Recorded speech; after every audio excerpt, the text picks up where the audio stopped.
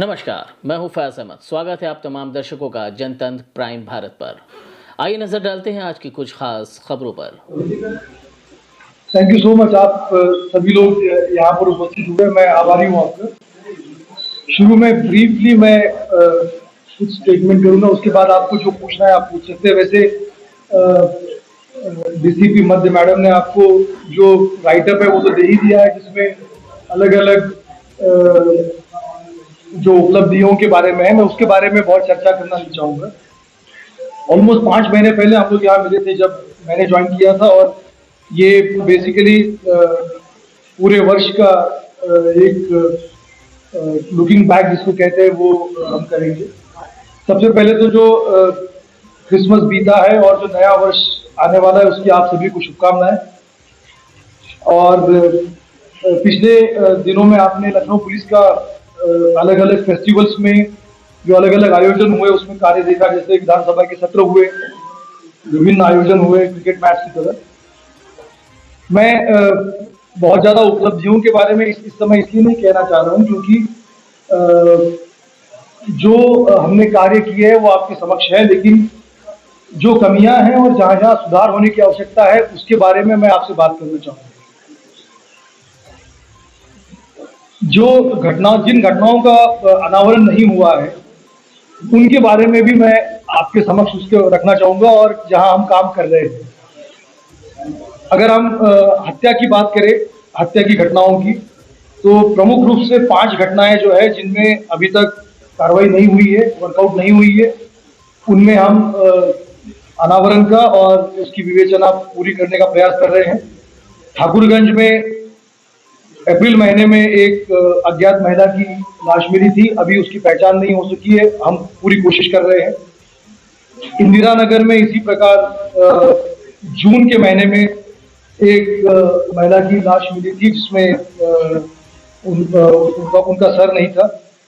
मडियाओं में एक फरवरी के महीने में एक व्यक्ति थे, बैंकर थे, उनकी हत्या हुई थी, ललित मोहन पांडे जी की। उसको भी वर्कआउट अभी नहीं हुआ है वो घटना, उसकी हम कोशिश कर रहे हैं।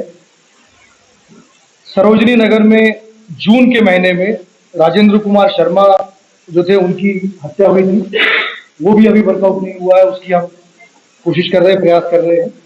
और आखिरी घटना जो महत्वपूर्ण है जो हम कोशिश कर रहे हैं वो है कृष्णानगर में, जो अक्टूबर महीने में मधुबाला नाम की महिला थी, उनकी हत्या हुई थी घर में। ये मैं इसलिए आपके सामने शुरू में कहना चाह रहा हूं कि अलग अलग राज्यों में थे, लेकिन अभी भी 43 अपराधी ऐसे हैं इनामी जो अभी गिरफ्तार नहीं हुए। और ये मैं स्पेसिफिकली आपको बताना चाहूंगा कि इसके लिए हम अलग से टीम बना के प्रयास कर रहे हैं कि ये जो पुराने इनामी अपराधी हैं उनकी गिरफ्तारी हम कर सकें। ये हमारे लिए नए वर्ष का टारगेट रहेगा। लेकिन सबसे महत्वपूर्ण बात जो है कि जो सरकार ने जिस मंशा के साथ कमिश्नरी प्रणाली को लागू किया था उसमें हमें और भी प्रयास करने की जरूरत है, जो पिछले 5 महीने में और अगले उसके पीछे ऑलमोस्ट 2.5 साल में हुए थे। सबसे महत्वपूर्ण बात है कि जो अधिकारियों का इंटरवेंशन, जिसको मैं कहता हूं कि अधिकारियों की दखल जो है वो हर उस मामले में होनी चाहिए जो जनता से जुड़ी हुई है, चाहे वो जनता की समस्या का निस्तारण हो, चाहे वो क्राइम जो लोगों को अफेक्ट करता है उसके बारे में हो, ट्रैफिक जो सबसे इंपॉर्टेंट इश्यू है जो सभी को अफेक्ट करता है, और त्योहार और लॉ एंड ऑर्डर इश्यूज में। और हमने ये कोशिश की है पिछले कुछ महीनों में कि हर महत्वपूर्ण प्रकरण में किसी ना किसी सक्षम स्तर का अधिकारी वहां पर पहुंचे, और सरकार की मंशा भी यही थी कमिश्नरी प्रणाली लागू करने में कि अधिकारी इतने अधिक संख्या में अगर हमारे पास है तो उनका इंटरवेंशन होना चाहिए ताकि एक अधिकारी लेवल की पुलिसिंग जनता तक पहुंच सके। इसी परिप्रेक्ष्य में जो अधिकारियों का कोर्ट में बैठना और जनता की समस्याओं को प्रतिदिन सुनना, ये हमने इंश्योर किया है और इसको हम निरंतर रूप से करते रहेंगे।